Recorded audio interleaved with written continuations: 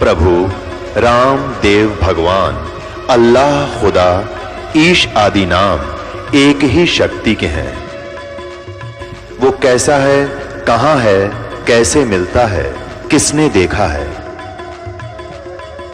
ये प्रश्नवाचक चिन्ह पूर्ण रूप से हटाने के लिए अवश्य सुनिए जगत गुरु तत्वदर्शी संत रामपाल जी महाराज के अमृत वचन, सर्व पवित्र धर्मों के पवित्र शास्त्रों के आधार पर।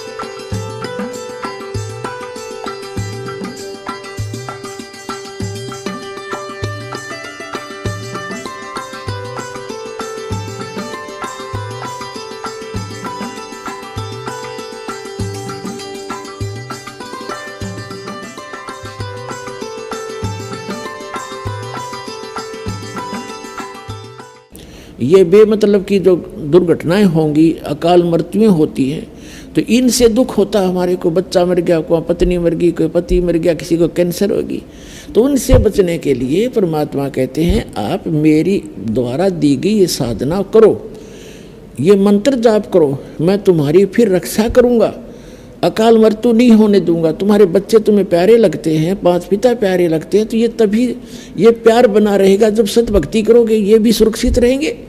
जब तक आप यहाँ रहोगे, आप यहाँ भी ठीक रहोगे, और भगवान बच्चों को भी सद्बुद्धि देगा, आपकी भक्ति बनेगी, आपकी वृद्धावस्था भी अच्छी तरह व्यतीत होगी, क्योंकि सत्संग सुनने वाले और भक्ति करने वाले बच्चे, पुत्र वधू और पुत्र अपने आप विनम्र हो जाते हैं, उनके अंदर दया भाव भर जाती है, और कोई लोभ लालच से वो सेवा नहीं करते, वो एक अपना नैतिक कर्तव्य जानकर फिर सेवाएं करते हैं। तो आपकी वृद्धावस्था भी सुथरी बीतेगी, भगवान की कुछ भक्ति साथ देगी, कुछ बच्चों में परमात्मा उनमें भाव अच्छा भरेगा। तो इस प्रकार परमात्मा कहते हैं जब तक आप यहाँ रहो इस गंदे लोक में, तो हमारी शरण ग्रहण करो, आपको यहाँ भी सुख दूंगा। और जब यहाँ से जाओगे, विमान में बैठकर जाओगे, आपको महसूस ही नहीं होगा कि आपकी मृत्यु हुई। आप शरीर छोड़ोगे पता नहीं चलेगा, क्योंकि ये तो एक ऊपर का खोखा है, ये तो सबसे गंदा बॉडी है जो आपको प्राप्त है, हमें प्राप्त है, और इसमें इसको हम फाइनल मान रहे हैं तो बहुत अच्छा है। ये अच्छा इसलिए है कि इससे हम भक्ति कर सकते हैं, ना युक्ति अच्छा नहीं। और इस भक्ति के लिए ये सबसे अच्छा है, क्योंकि ये मानव शरीर बार बार प्राप्त नहीं होता, इसलिए इसका सदुपयोग करें। अब हम आपको बताना चाहेंगे, ये दास आपको बताएगा कि आप यहाँ फंसे कैसे। सबसे पहले आपको इस भक्ति मार्ग में लगने से पहले, इस ज्ञान को ग्रहण करने से पहले सृष्टि रचना का ज्ञान होना अनिवार्य है। जिसमें आपको सृष्टि रचना का ज्ञान हो जाएगा, फिर आपको सभी सदग्रंथ और युग काल का सारा जाल आसानी से समझ में आओगा।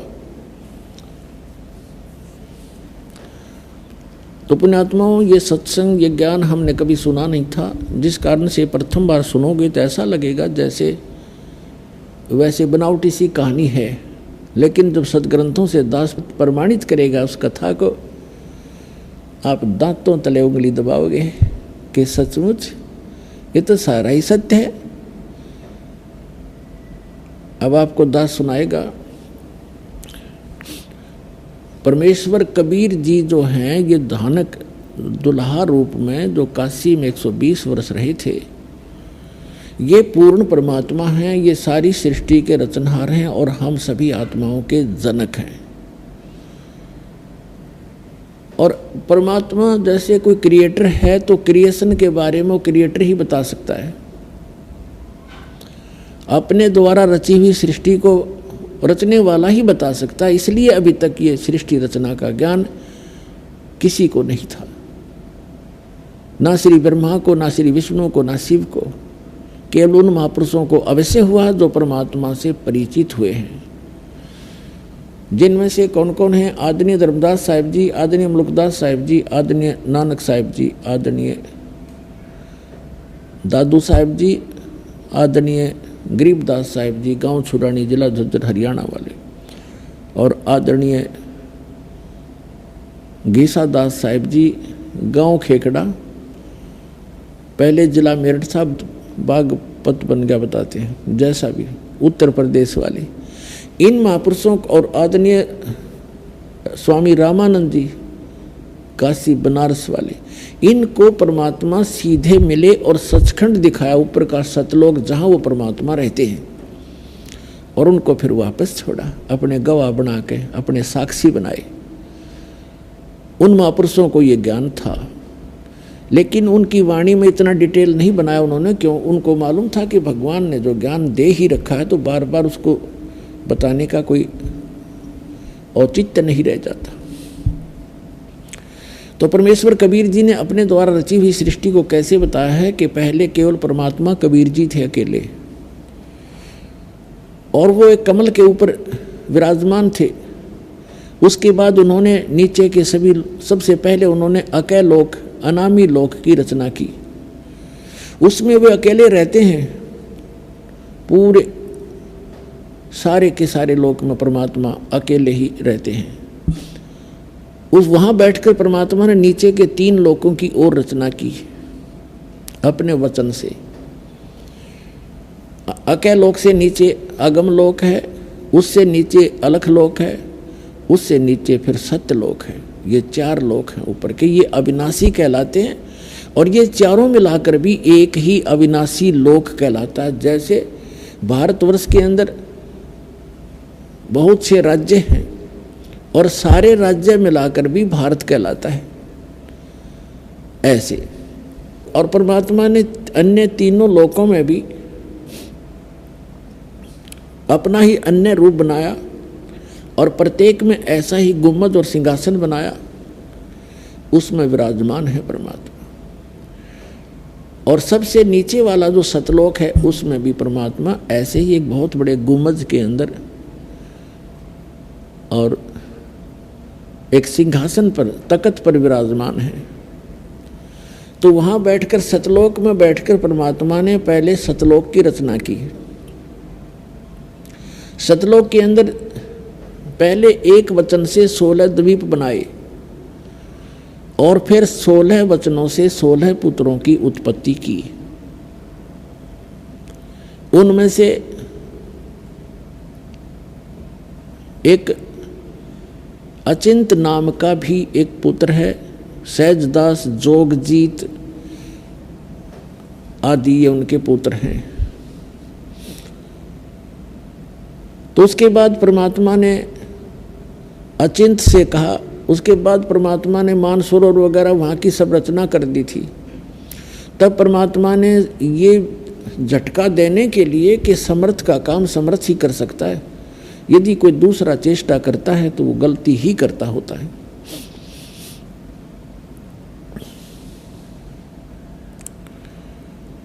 तो परमात्मा ने अचिंत अपने पुत्र से कहा कि आप सृष्टि रचो।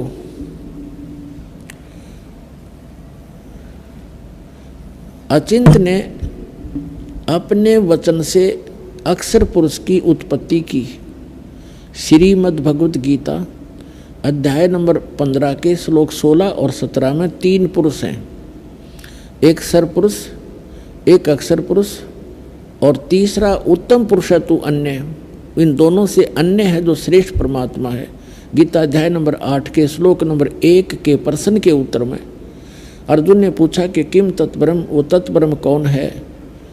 गीता ज्ञानदाता ने गीता अध्याय नंबर 8 के श्लोक नंबर 3 में कहा कि वो परम अक्षर ब्रह्म है। तो सरब्रह्म, सरपुरुष कहो, सरब्रह्म कहो, दूसरा अक्षर पुरुष कहो, अक्षर ब्रह्म कहो, उसे परब्रह्म कहो, और तीसरा परम अक्षर ब्रह्म कहो, परम अक्षर पुरुष कहो, या उसको सत्य पुरुष कहो।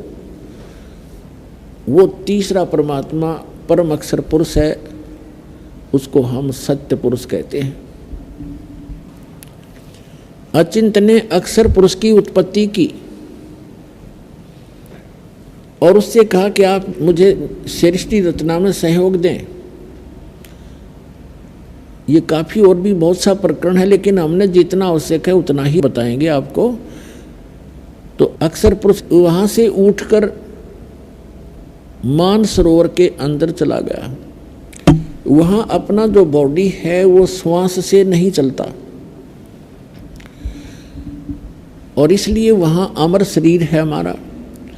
तो उस मानसरोवर के अंदर जाकर आनंद से लेट गया, निंद्रा आ गई।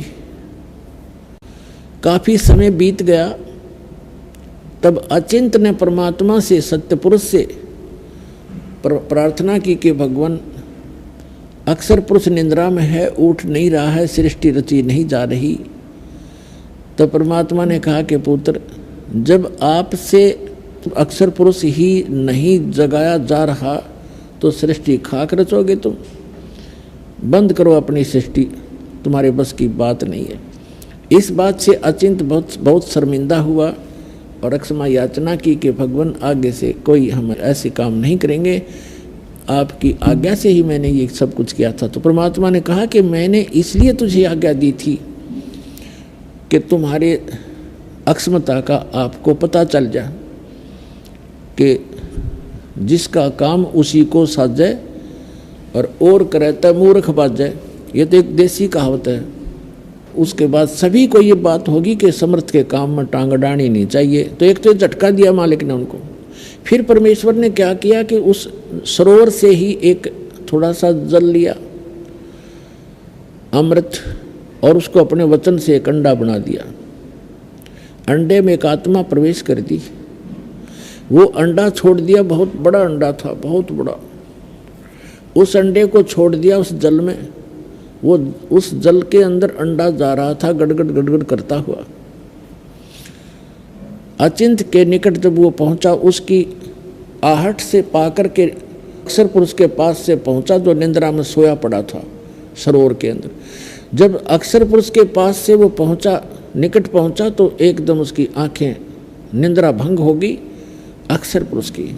अक्षर पुरुष की निंद्रा भंग हुई तो उस जैसे कोई अधूरी नींद जाग जाता है तो वो कोप से देखता है, उसमें कुछ गुस्सा सा होता है।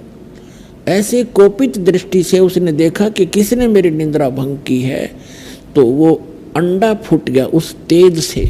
अंडा दो भाग हो गया, उसमें से ये ज्योत स्वरूपी निरंजन, जिसको आगे चल के काल कहा गया, जिसको सरपुरुष भी कहते हैं, गीता अध्याय नंबर 15 के श्लोक नंबर 16 में सरपुरुष कहा है। तो आकाशवाणी की परमात्मा ने, सत्य पुरुष ने, कि अक्षर पुरुष तुम निंद्रा में थे, आपको जगाने के लिए ये सब कुछ क्रिया की थी, और तुम दोनों बाहर आ जाओ। अक्षर पुरुष और ये सरपुरुष, ये दोनों सरोवर से बाहर आ गए। फिर परमात्मा ने आदेश दिया कि आप जाओ, दोनों के दोनों अचिंत के द्वीप में रहो, अचिंत के लोक में रहो। उसके पश्चात परमात्मा ने, सत्य पुरुष ने, हम सभी आत्माओं की रचना की, उत्पत्ति की। हम सभी का परिवार था। बहुत सुंदर मकान महल हैं वहाँ पर, बहुत सुंदर, जैसे हीरे मोतियों की चमक होती है, वहाँ की जो बिल्डिंग बनी हुई है उनमें ऐसी सुंदर चमक है। बहुत ही मनमोहक और सुंदर महल हैं, बहुत लंबे चौड़े बने हुए हैं, और आगे उनके बहुत सुंदर पार्क है, उसमें अपने आप फुहारे छूट रहे हैं, जहाँ जिस सुख को आप छोड़कर आ चुके हो। पुण्यात्माओं, इस बात को आप हृदय में जचा लेना। यह किसी डूम बाट के गीत नहीं है कि किसी को प्रसन्न करने के लिए या स्वार्थवश गाए गए हों। ये गॉड गिवन स्पिरिचुअल नॉलेज है, और उन महापुरुषों ने बताया है जिनको भगवान मिले हैं, उन्होंने इसका समर्थन किया है, और दास ने इसको अच्छी तरह जाना है और आपके समक्ष इसको इसलिए व्याख्यान किया है। वो सुख वहाँ पर है, कोई काम नहीं, आपस में कोई राग द्वेष नहीं, क्योंकि किसी चीज़ का अभाव नहीं है। जैसे आप एक रिहर्सल करते हो, यहाँ आते हो सतलोक आश्रम बरवाला जिला हिसार में, और यहाँ आप चाहे कितने ही दिन रुको, 2 दिन 4 दिन हफ्ता, 10 दिन। तो आप क्या देखते हो कि आपको एक जैसी व्यवस्था, लेटने बैठने सोने का स्थान एक जैसा, पंखे कूलर जो लगे हुए हैं वो आपके एक जैसे, और उधर से खाना है सबको एक स्थान पर बना बनाया तैयार मिलता है। कभी जाओ खाना खाओ, कभी किसी टाइम, और कभी चाय की भरी भराई वो टैंकी तैयार रहती है, कभी टूटी मरोड़ी गिलास भर पियो गटगट। यहाँ आपको बगैर किए सारी वस्तु मिल रही है। और यहाँ भी कोई राग द्वेष पैदा करता तो मूर्ख आदमी है। अब क्या करते हैं हमारी, क्योंकि वृत्ति घनी खराब हो ली। अब जैसे आपका बिस्तर लगा हुआ है, सबको एक जैसा बिस्तर है, सबका एक जैसा मैट है, और कोई आकर साथ में आपके लेट भी जाता है अनजान से, तो उसको बेमतलब खस्साइयों का मेरी जगह पता नहीं क्यों बिछा लिया, हट यहाँ से। तो ये तो मूर्खा की बात है। 2 फुट नून डाल ली इसमें, के कौन सा आश्रम छोटा है यो। तो इस तरह को बकवाद करे तो वो अलग बात है। बाकी यहाँ कोई भी ऐसी वस्तु नहीं है जिसमें आपने राग द्वेष करना पड़े। और सारी चीज़ नहाओ दो, भगवान के गुण गाओ, भूख लगा रोटी खाओ, जल करे जब चाय पी लो, बता फिर और क्या चाहिए। तो ये तो यहाँ के लोक में सुविधा है, क्योंकि यहाँ लोक भी अच्छा नहीं तो यहाँ की सुविधाएं भी इतनी अच्छी नहीं है। तो उस सतलोक के अंदर आपके मनोमयी वो विमान है। जब भी आपकी इच्छा हो आपके पार्क के अंदर विमान खड़ा पाओगा। उस विमान को यहाँ के विमान की तरह उठने की खातिर फर फर नहीं करना पड़ता। वो तो भगवान की शक्ति से चलते हैं, ऐसे उठकर चल पड़ते हैं। जहाँ चाहे वहाँ रोक लो, बीच में रोक लो, जहाँ चाहे पानी के ऊपर उतार लो उसको, ऐसे खड़े हो जाएंगे। तो कहने का भाव ये है, उन सुखों को हम छोड़ आए, उनको हम यहाँ ढूंढ रहे हैं। यहाँ तो 21 ब्रह्मांड में नहीं पा सकते आपको। और हमारे अंदर एक दोष और है कि जब हम सुखी हो जाते हैं तो भगवान को भूलते हैं, और यहाँ मार खाते हैं। इसलिए परमात्मा आपको याद दिलाते हैं, यहाँ जो आप फंसे हुए उनको, कि सुख में भगवान को भूला नहीं करते, बहुत बड़ी मार खा जाते हो। तो वहाँ सुख में हम भगवान भूले।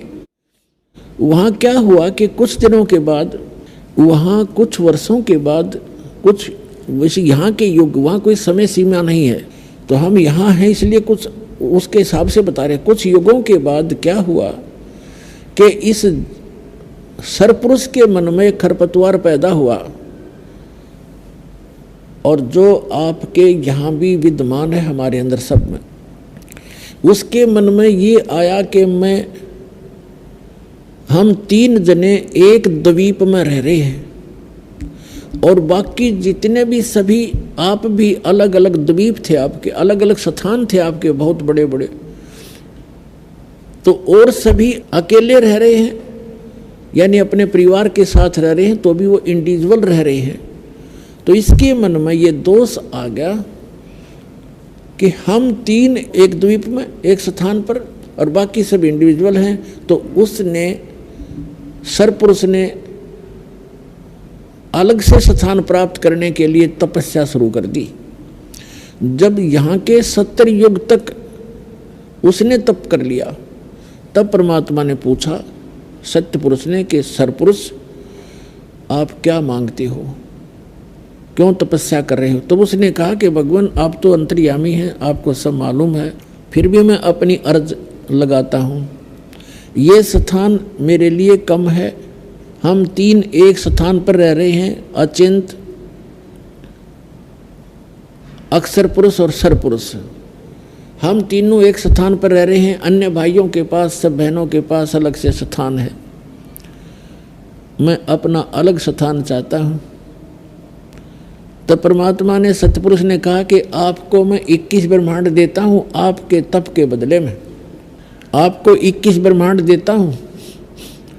जैसे कोई धनी पिता अपने पुत्र को 21 प्लाट दे दे, उनमें कंस्ट्रक्शन नहीं होती प्लाटों में, प्लाट्स में, तो उसी से, तो उसने जा करके परमात्मा ने उसको एकांत स्थान पर सतलोक के बाह्य क्षेत्र में 21 प्लाट दे दिए, 21 ब्रह्मांड दे दिए। अब ये सरपुरुष वहाँ घूम रहा है, कभी उस प्लाट को देख रहा है, कभी उस प्लाट को देख रहा है, कभी उसको देख रहा है, खाली पड़े। फिर उसके मन में आई कि इनमें कंस्ट्रक्शन हो, रचना हो, तब बात बने। इसने फिर तपस्या शुरू की, क्योंकि सारा कुछ वो कुल मालिक है जिसके आगे सभी भिखारी हैं। तो इस ज्योत स्वरूपी निरंजन अर्थात सरपुरुष ने, काल ने फिर से तपस्या की और 70 युग जब तप कर लिया, जब परमात्मा ने पूछा भी क्या मांग रहा है तू अब, इसने कहा कि भगवान मुझे कुछ सृष्टि रचना की सामग्री दे दो, कुछ मटेरियल दो जिससे मैं सृष्टि रचना, कोई रचना करूं अपने प्लाटों में। तब परमेश्वर ने उसको 5 तत्व और 3 गुण दे दिए कि ले बेटा खेल खिलौनों ते ये 3 गुण, रजगुण, सतगुण और तमगुण दे दिए, और ये 5 तत्व दे दिए, जैसे आकाश, अग्नि, वायु, जल, पृथ्वी आदि। इसने वहां पर इन पदार्थों से रचना की, इन मटेरियल से। फिर इसने सोचा कि इसमें कुछ आत्मा भी मेरे साथ हो, अकेला करूंगा क्या। इसने फिर से तपस्या शुरू की। अपने आत्मा हम क्यों फंसे, अब हम यहां क्यों फंसे, उसका कारण ये बना कि जब ये तपस्या कर रहा था और हम सभी आत्माएं इसको देख रहे थे, ये एक पैर पे खड़ा होकर तपस्या कर रहा था, कभी उस पैर को बदल लेता था, कभी उसको बदल लेता था, और हम इसको देख रहे थे। हम इसके ऊपर आसक्त हो गए, क्योंकि वहाँ हमारी नज़र जो है बहुत तेज होती है, बहुत दूर से भी हम बिल्कुल साफ देखते हैं। हम इस पर आसक्त हो गए और अपने परमात्मा से विमुख हो गए। हम पतिव्रता पद से गिर गए। अब ये बुराई आपके अंदर आज भी है, हमारे अंदर। जैसे कोई हीरो या हीरोइन, अभिनेता या अभिनेत्री अपनी रोजी रोटी के लिए चटक मटक डांस डूंस करते, बेमतलब की एक्टिंग करते, और ये युवा बालक, लड़के और लड़कियां उनके ऊपर आसक्त हो जाते हैं। ये मेरा फेवरेट हीरो है, ये मेरी फेवरेट हीरोइन है, और लेना एक ने देनी दो, बेमतलब बकवाद करनी, खक है तुम्हारा, तुम्हें निकट भी नहीं जा सकते उनके।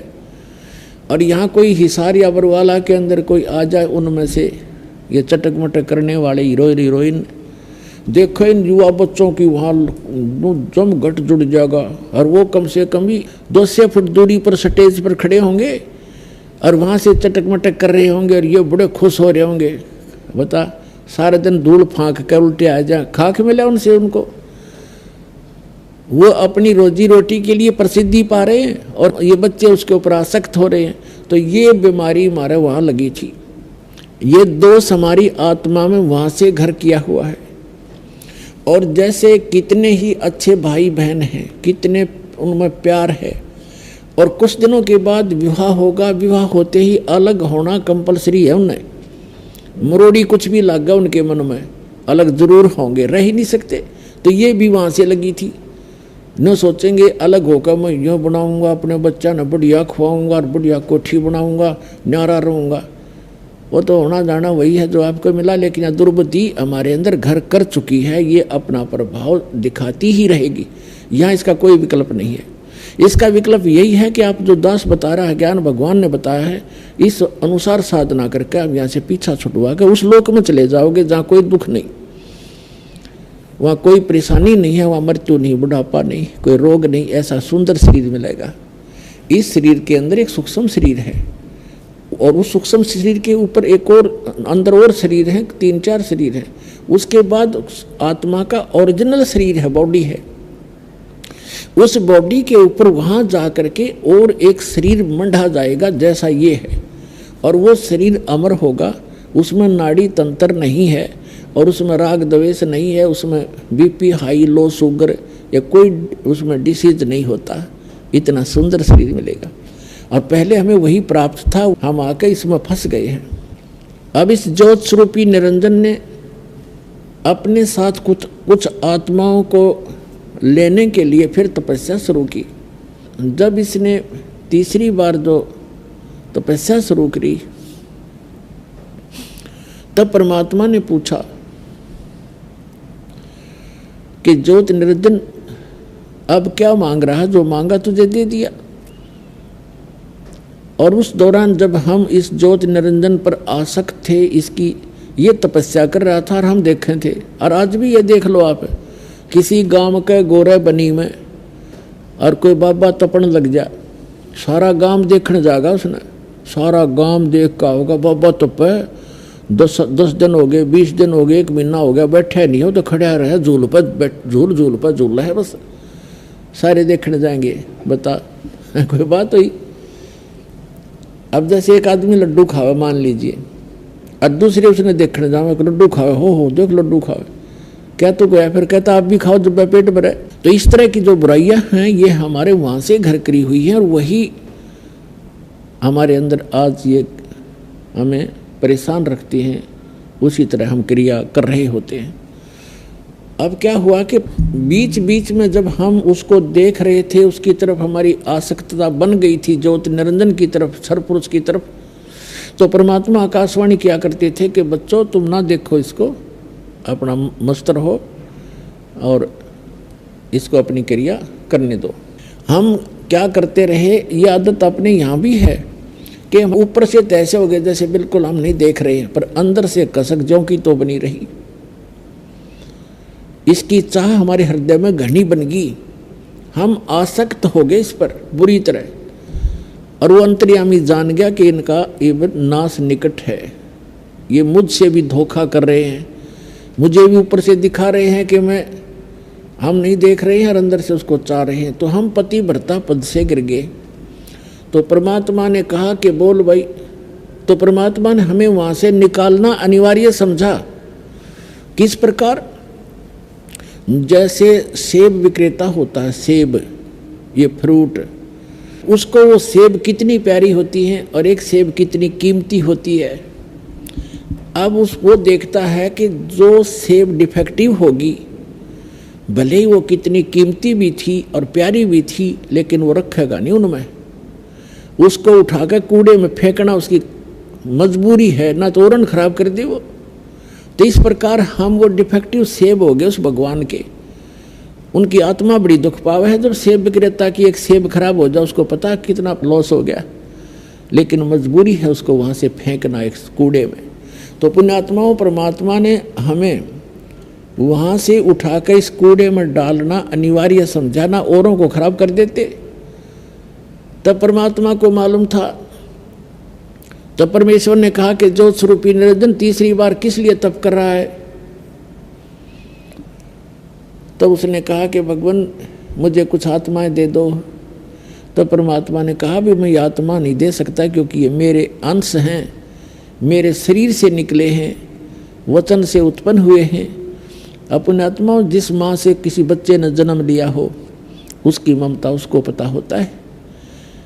एक माई का ऐसा लड़का हुआ कति अपंग सा, और उसमें भी उसकी इतनी गजब की ममता होती है, बेशक वो कैसा ही है लेकिन उसकी आत्मा उसमें फंसी हुई होती है। इसी प्रकार वो परमात्मा कहते हैं कि ये सभी आत्माएं मेरे से उत्पन्न हुई, मेरे शरीर से निकली है। वचन से हो जन्म हो, वो भी उतने प्यारे लगते हैं जिसके वचन से उत्पन्न होते हैं, उसको उतने ही प्रिय होते हैं। तो परमात्मा ने कहा भी मैं ऐसे नहीं दे सकता, ये मेरी आत्मा है, तो इनको दुखी करेगा, तो इनको परेशान करेगा वहाँ पर। तो इसने कहा कि नहीं, मैं सत्य का राज करूँगा, जैसा जो कर्म करेगा उसको वैसा ही फल दूंगा। परमात्मा ने पहले तो इससे हाँ बरवाई, फिर कहा भी देख ले, पर एक बात है, उनसे पूछ ले, जो सब इच्छा से जाना चाहता हो तो चले जाएगा, मैं आज्ञा नहीं दूंगा उनको जाने की, जब तक वो स्वयं डिमांड नहीं करेंगे। तो ज्योति निरंजन ये सरपुरुष आपके पास, हमारे पास आया। जब हमारे पास आया तो जैसे कोई हीरो आ जाता है तो चारों तरफ बच्चे कैसे इकट्ठे हो जाते हैं, ऐसे हम चारों तरफ उसको झूम गए।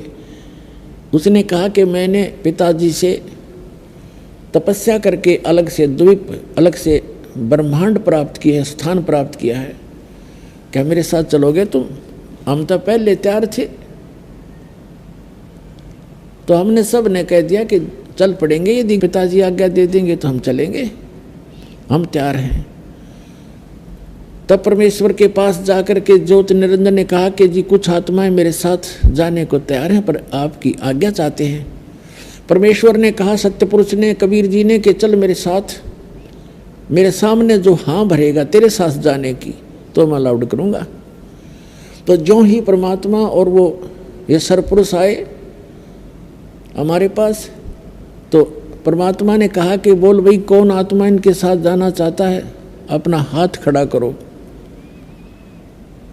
अब हम आगे थे चारों तरफ से, परमात्मा के आदेश से वहाँ बैठ गया। सेकंड में वहाँ सारा काम होता है, बैठ गए पूरे क्षेत्र में। तो परमात्मा ने कहा कि जो इनके साथ जाना चाहते हैं, सरपुरुष के साथ इसके ब्रह्मांडों में रहना चाहते हैं, हाथ खड़ा करो। अब परमात्मा पहली आकाशवाणी करके हमें समझाया करते थे कि इस पर आसक्त ना हो तो मार खा जाओगे।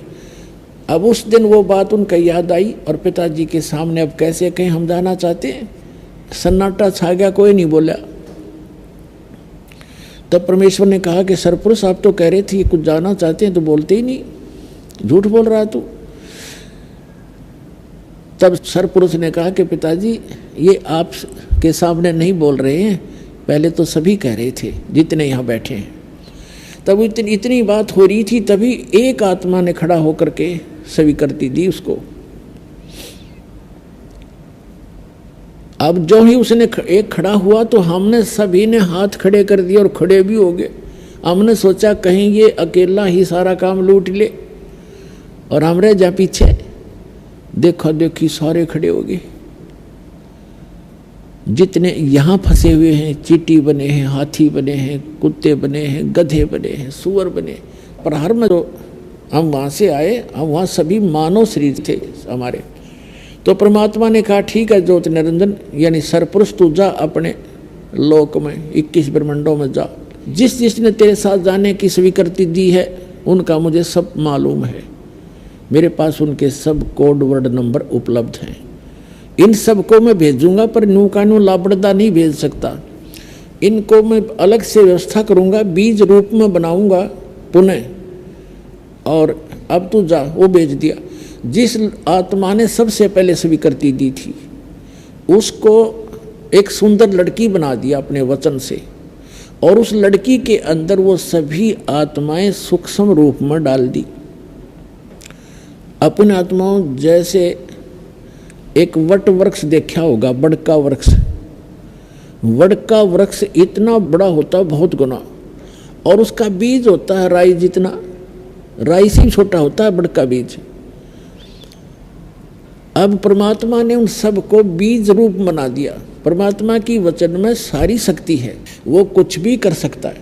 तो जितने भी वहाँ थे सब बीज रूप में बना दिए, और उस बीज को अपने वचन से उस लड़की जो बनाई थी प्रथम, जिसने स्वीकृति दी थी, उसके शरीर में प्रवेश कर दिया, सारे के सारे बीज रूप में।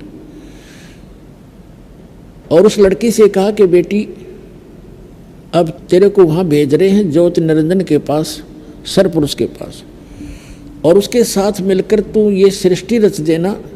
तेरे को वचन शक्ति दे दी है मैंने।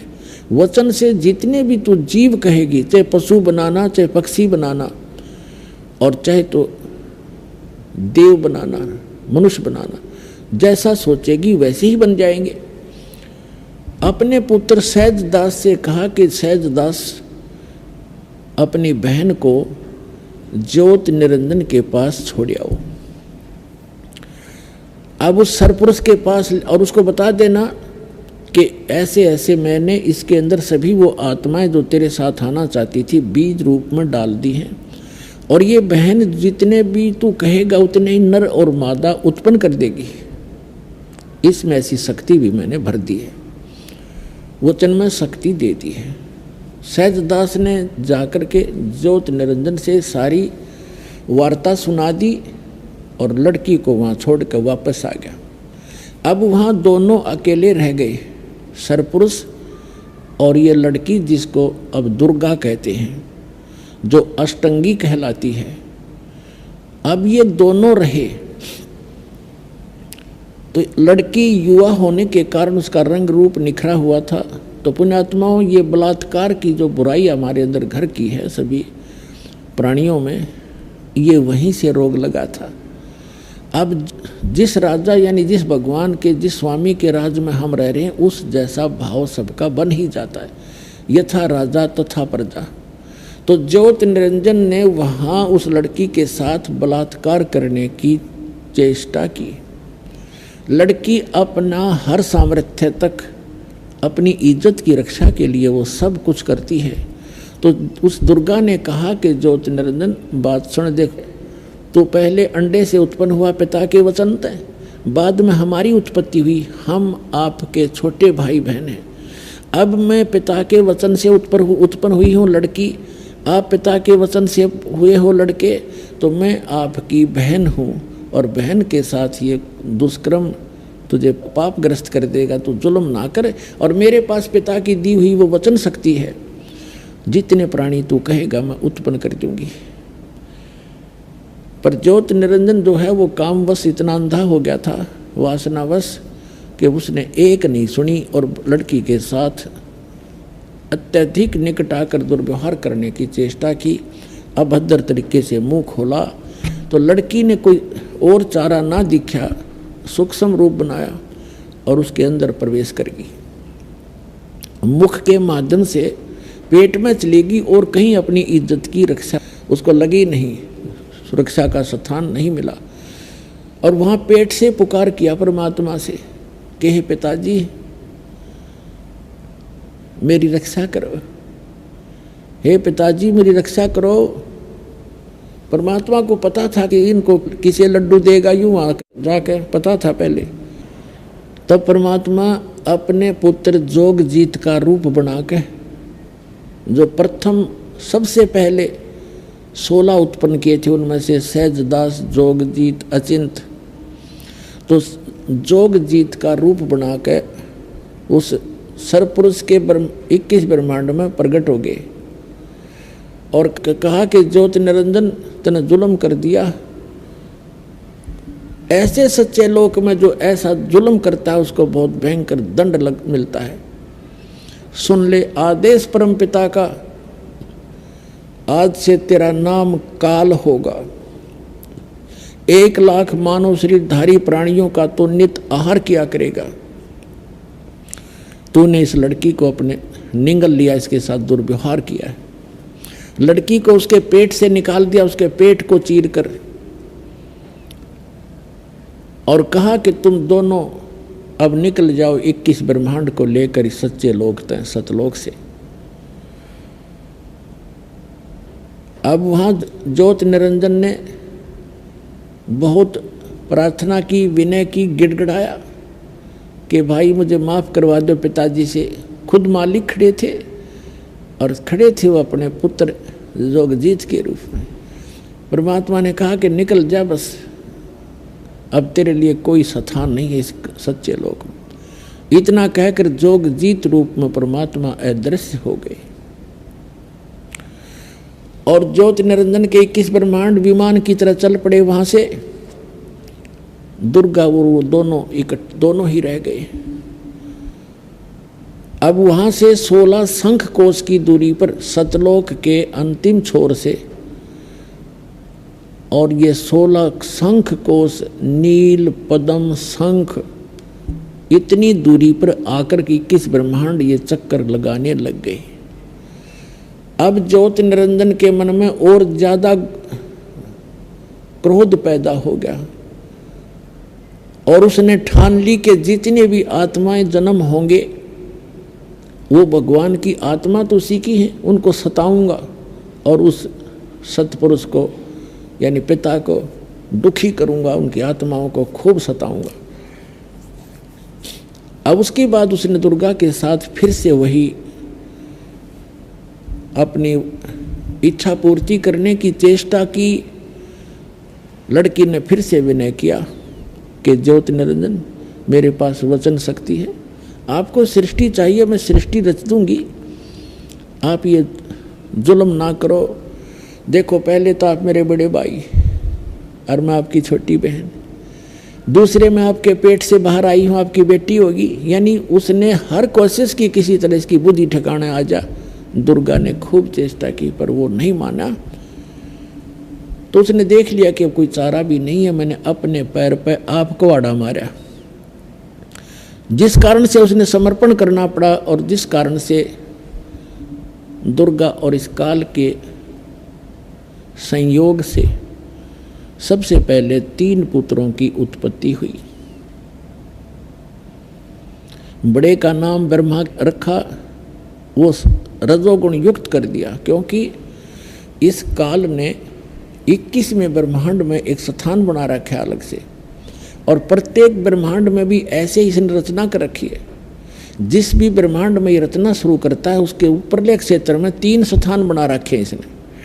एक रजोगुण प्रधान क्षेत्र, एक सतोगुण प्रधान क्षेत्र, एक तमोगुण प्रधान क्षेत्र। जैसे किसी मकान में 3 कक्ष हैं, एक कक्ष में एक कमरे में चित्र लगे हैं अश्लील, तो वो तो समझो रजोगुण प्रधान कमरा है।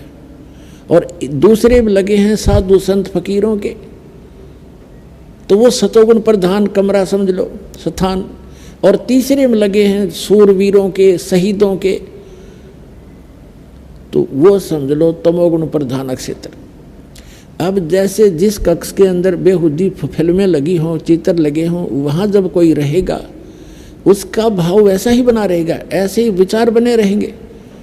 और जब जाएगा दूसरे कक्ष में जहाँ साधु संत फकीर महापुरुषों के चित्र लगे हैं, उनकी जीवनी लिखी हो, तो उनको पढ़कर ऐसा ही भाव बन जाता है, अच्छे विचार बन जाते हैं, तो सतोगुण प्रधान क्षेत्र हो गया।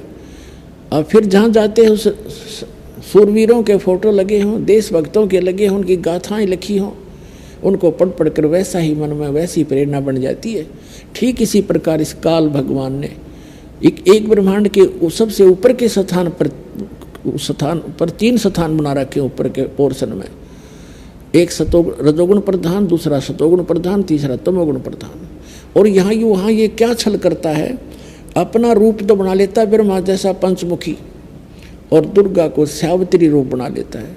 और सबसे पहले उस रजोगुण प्रधान क्षेत्र में चले जाते हैं, और जब तक बच्चे का जन्म नहीं हो लेता ये वहीं रहते हैं, जिस कारण से वो बच्चे की वृत्ति, उसका स्वभाव, उसका स्वरूप उस जैसा ही जन्म लेता है, तो वो रजोगुण ब्रह्मा बन जाता है। उसके बाद उसको अचेत कर देते हैं और परवरिश कोमा में रखकर परवरिश जारी रखते हैं। उसके बाद ये जाते हैं सतोगुण प्रधान क्षेत्र में, तो वहाँ पर जाकर के ये स्वयं विष्णु रूप बना लेता है, 4 भुजा बना लेता है, और विष्णु जैसी शकल बना लेता है, और दुर्गा की लक्ष्मी जैसी सूरत बना लेती है। और तब ये वहाँ रहते हैं, तो दोनों के संयोग से जो पुत्र उत्पन्न होता है वो सतोगुण युक्त होता है, उसका नाम विष्णु रख देते हैं। और जब तक उसकी जन्म नहीं होता तब तक उसको वहीं रखते हैं, तो वो वैसे ही गुणों से युक्त हो जाता है। इसी प्रकार तीसरे स्थान पर ये जाता है और दुर्गा को ले जाता है, दुर्गा को पार्वती रूप बना लेता है, और स्वयं को शिव जैसा जटा वटार ये ऐसे स्वरूप बना लेता है। तो वो लड़का फिर वैसी ही सूत का उत्पन्न होता है और उसमें वही गुण हो जाते हैं। इस प्रकार ये रजगुण ब्रह्मा, सतगुण विष्णु, तमगुण शिव जी की उत्पत्ति करके फिर जब ये युवा हो जाते हैं, इनको शेषनाग पर विष्णु को, और फिर उससे निकाल के एक कमल, एक जादूगर भी कर सकता है ये काम, उसकी नाभि से कमल निकाल दिया और उसमें उसके ऊपर ब्रह्मा को सचेत कर दिया, उधर शिव को वहाँ से ला करके सचेत कर दिया वहाँ कैलाश पर्वत पर, उन तीनों को इकट्ठा कर दिया। श्री देवी भागवत के 3 स्कंद में आपको अभी दिखाएंगे, उसके अंदर पूरा विवरण लिखा हुआ है। इन तीनों को इकट्ठा किया, विमान में बैठाया दुर्गा ने, विष्णु जी बेहोश पड़े थे, उसमें से एक देवी निकली, फिर वो सचेत हुआ, फिर आगे विमान में बैठा कर ले गए। वो लंबा प्रकरण है, अलग से बताएंगे। फिर क्या हुआ, इन तीनों को घुमा फिरा के और इनको अलग अलग द्वीप दे दिए, अलग अलग इनकी राजधानी बना दी। ब्रह्मा जी को ब्रह्मापुरी में, बना दी, विष्णु जी को विष्णु लोक बना के वहाँ दे दिया, छोड़ दिया, शिव जी को शिवलोक बना के छोड़ दिया। काल ने अपनी पत्नी से कहा कि आज से मैं प्रतिज्ञा करता हूँ मैं कभी किसी के सामने अपने वास्तविक रूप में नहीं आऊँगा और मेरा भेद नहीं बताओगी किसी को। यदि तूने मेरा भेद बता दिया तो मेरे से बुरा नहीं होगा। अब ये दुर्गा फंस गई, इसके अनुसार चलना इसकी व्यवस्था होगी और इसके कहने से सौ झूठ बोलती है, सब छल करती है, अपने पुत्रों को भी वास्तविकता नहीं बताती है। अपनात्माओं, अब आपके मन में ये आएगा कि पिताजी तो जानी जान थे, उन्होंने तो हमें नहीं आने देना चाहिए था यहाँ पर। पुण्यात्माओं, हम इतनी प्रबल इच्छा होगी हमारी, डटे नहीं डटे। एक समय ये दास जूनियर इंजीनियर की नौकरी कर रहा था और वहाँ एक हमारा भी कंस्ट्रक्शन काम था और साथ में एक नहर वालों का भी कंस्ट्रक्शन कार्य था। तो वहाँ एक लड़की मजदूरी कर रही थी। दोपहर के समय वृक्ष के नीचे मजदूर भी बैठे थे, हम भी वहाँ बैठे थे, हम भी अपना खाना ले गए थे, वो खा रहे थे, वो बच्चे भी, वो मजदूर भी खाना खुना खा रहे थे। और एक लड़की रो रही थी बुरी तरह। उसके दो बच्चे थे, एक तो वहाँ नीचे सो रहा था मिट्टी में और एक को उसने वृक्ष के टांग रखा था, एक कपड़े में बांध कर, जैसे पालना सा बना देती है। उससे पूछा कि बहन क्यों रो रही है तू, क्या बात है, ना खाना खाया आपने? उसने बताया कि मैं एक बहुत बड़े धनी बाप की बेटी थी और मैंने अपने कर्म आप फोड़ लिए, जिसके आज मैं विवाह किया है, मैंने अपनी मर्जी से विवाह किया है और ये हमारे वहाँ नौकर था और मैं इसके जाल में फंस गई। मेरे माता पिता ने मुझे खूब समझाया, बेटा बहुत दुख पावेगी और हम ब्याह ही तो करना है, हम कर देंगे, तेरा अच्छी तरह करेंगे, अपनी देख रेख में रखेंगे। लेकिन मैं कतई नहीं मानी, मैं इतना आसक्त होगी इस दुष्ट व्यक्ति पे। अब तो रो रही थी वो अपने कर्मा ने और मैं रात को भाग गई थोड़ा बहुत जेवर गहना लेकर घर से और इतनी दूर आ गए कि हमारे माता पिता को हमने बताया भी नहीं, पता भी नहीं चलने दिया। अब मेरे दो पुत्र हो गए, जो धन में लाई थी वो सारा इसने शराब पी कर खो दिया। अब मैं मजदूरी करती हूँ और वो शराब पी कर घर पर पड़ा है, इसलिए रो रही हूँ। मैंने अपने कर्म फोड़ दिए, अपने पैर पे आपको आड़ा मार लिया। माँ बाप ने तो बतेरी समझाई थी पर मैं मानी नहीं। तब परमात्मा की ये कथा दास को याद आई कि हमने भी ऐसे अपने पैर पे को आड़ा मार रखा है, हम डटे नहीं डटे और ऐसे ही फिर बाद में कष्ट उठाने ही पड़ते हैं। अब वो दयालु उस पिता से भी दयालु अब कह रहा, बेटे बच्चों तुम फिर आ जाओ यहाँ पर, हमें फिर वापस आने का एक तरीका बता रहा है। तो अब जो प्रसंग चल रहा है उसको पूरा करते हैं। उसके बाद क्या हुआ,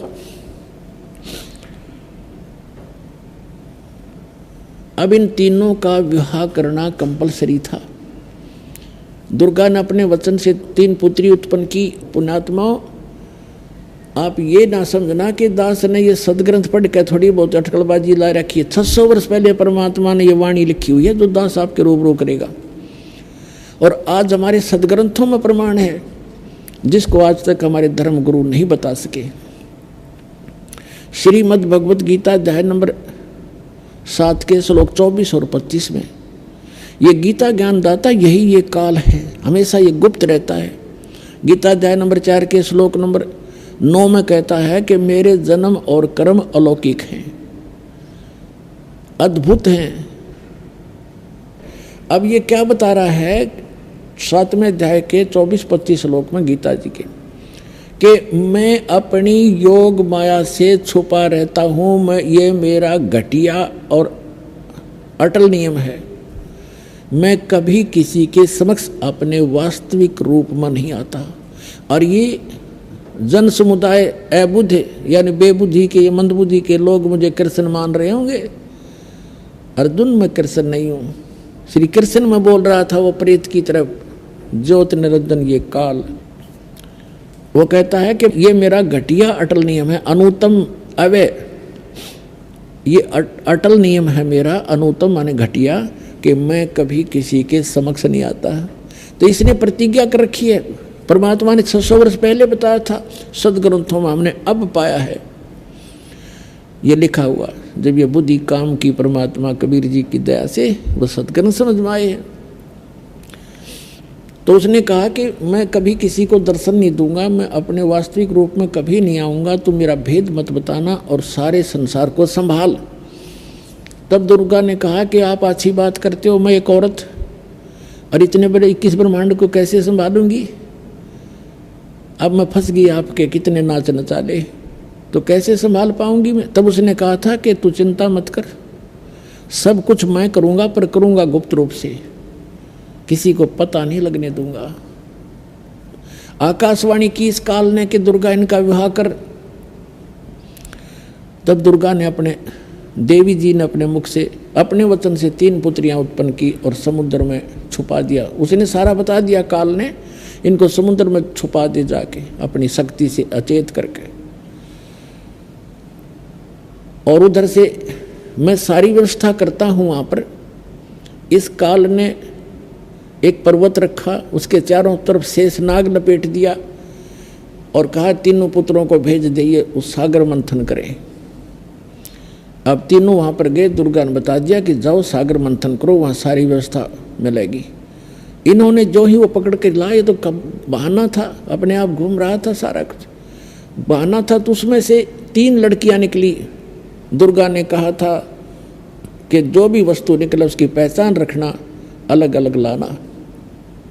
जो प्रथम निकले, द्वितीय निकले, तृतीय निकले, उनको याद रखना कौन सी पहले, कौन सी दूसरी, कौन सी वस्तु तीसरी बार आई।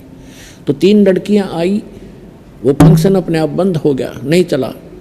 वो समझ गए कि बस यही मिलना था। वापस आ गए, अलग अलग लड़कियों को साथ लेकर के माँ से बताया कि ये प्रथम निकली थी, ये द्वितीय निकली थी, ये तृतीय निकली थी। इसी प्रकार इन 3 पुत्रों का जन्म हुआ था। प्रथम ब्रह्मा का हुआ था, दूसरा विष्णु का हुआ था दुर्गा और इस काल के संयोग से, और तीसरा शंकर का हुआ था। तब दुर्गा ने कहा कि जो प्रथम निकली थी उसका नाम सावित्री रखा और ब्रह्मा से विवाह कर दिया। वहाँ कोई बारात नहीं थी उस समय। पुण्यात्माओं कुछ ध्यान देना दास के वचनों पर। जिस समय ब्रह्मा और विष्णु का विवाह हुआ, शिव का विवाह हुआ, वहाँ बारात नहीं थी।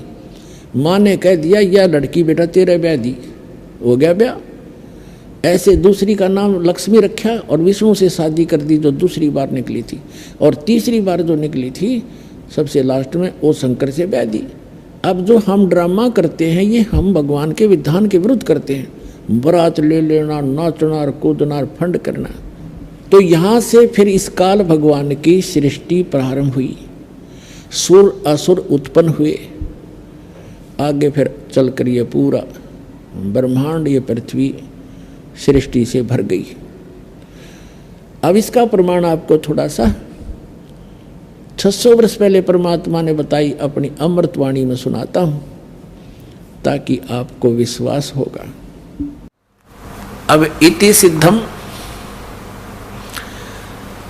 सिद्धम के दुर्गा और काल के संयोग से, पति पत्नी व्यवहार से विष्णु की उत्पत्ति हुई।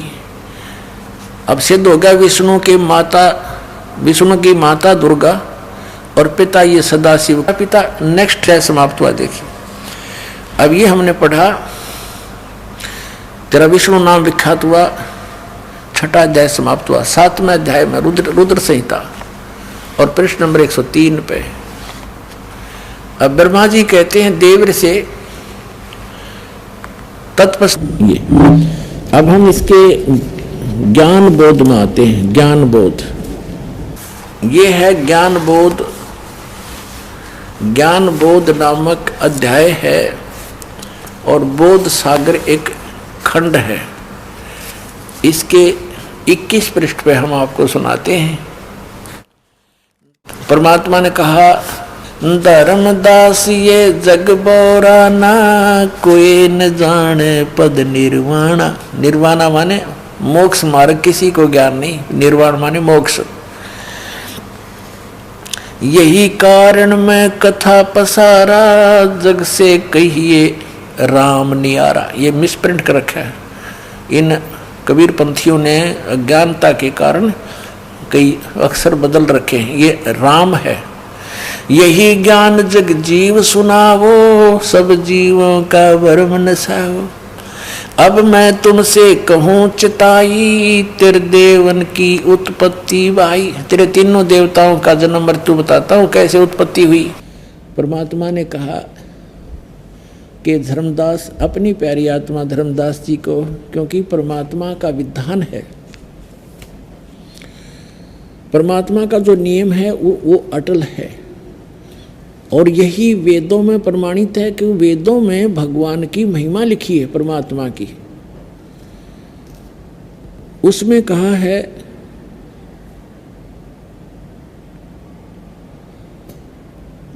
ऋग्वेद मंडल नंबर 9 सूक्त नंबर 86 के मंत्र 26 और 27 में, ऋग्वेद मंडल नंबर 9 सूक्त 82 के मंत्र 1, 2, 3 में, ऋग्वेद मंडल नंबर 9 सूक्त 94 के मंत्र 1 में, ऋग्वेद मंडल नंबर 9 सूक्त 95 के मंत्र 2 में, ऋग्वेद मंडल नंबर 9 सूक्त 54 के मंत्र 3 में, ऋग्वेद मंडल नंबर 9 सूक्त 20 मंत्र 1 में, ऋग्वेद मंडल नंबर 9 सूक्त 1 मंत्र 8 और 9 में, ऋग्वेद मंडल नंबर 9 सूक्त 96 के मंत्र 16 से लेकर 20 तक, और भी अनेक स्थानों पर ये प्रमाण है कि वो परमात्मा ऊपर के लोक में रहता है। ऊपर चौथे लोक में भी भगवान रहता है, जहाँ से बैठकर सबकी रचना करता है, और वहाँ से फिर नीचे के लोक सतलोक में भी रहता है, तीसरे मुक्ति धाम में। वहाँ से गति करके चलता है, वहाँ से गति करके आता है और अच्छी आत्माओं को मिलता है, उनको ज्ञान बताता है, यथार्थ ज्ञान से परिचित कराता है, और वो कवियों की तरह असर करता है और अपने ज्ञान को लोकोक्तियों के माध्यम से, दोहों के माध्यम से वो बोल बोल के उच्चारण करके सुनाता है। गीता अध्याय नंबर 4 के श्लोक नंबर 32 में कहा है कि अर्जुन, यथार्थ जो भक्ति और यज्ञों की जानकारी विस्तार के साथ सच्चिदानंद घन ब्रह्मण मुखे, सच्चिदानंद घन ब्रह्म ने जो अपने मुख कमल से ज्ञान बोला है, उसमें है वो यथार्थ ज्ञान।